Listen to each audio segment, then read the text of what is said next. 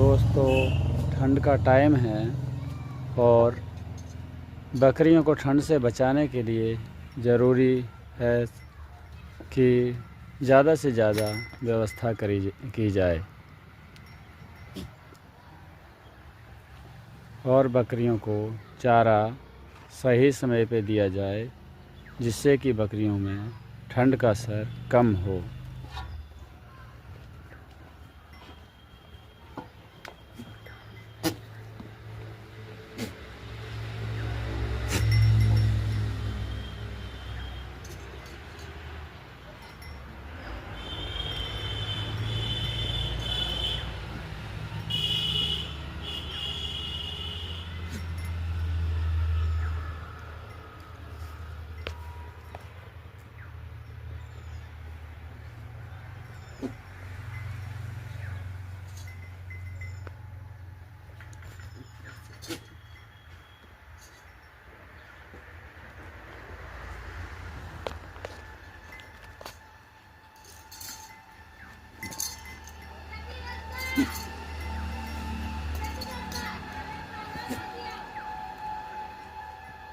अब नहीं आवत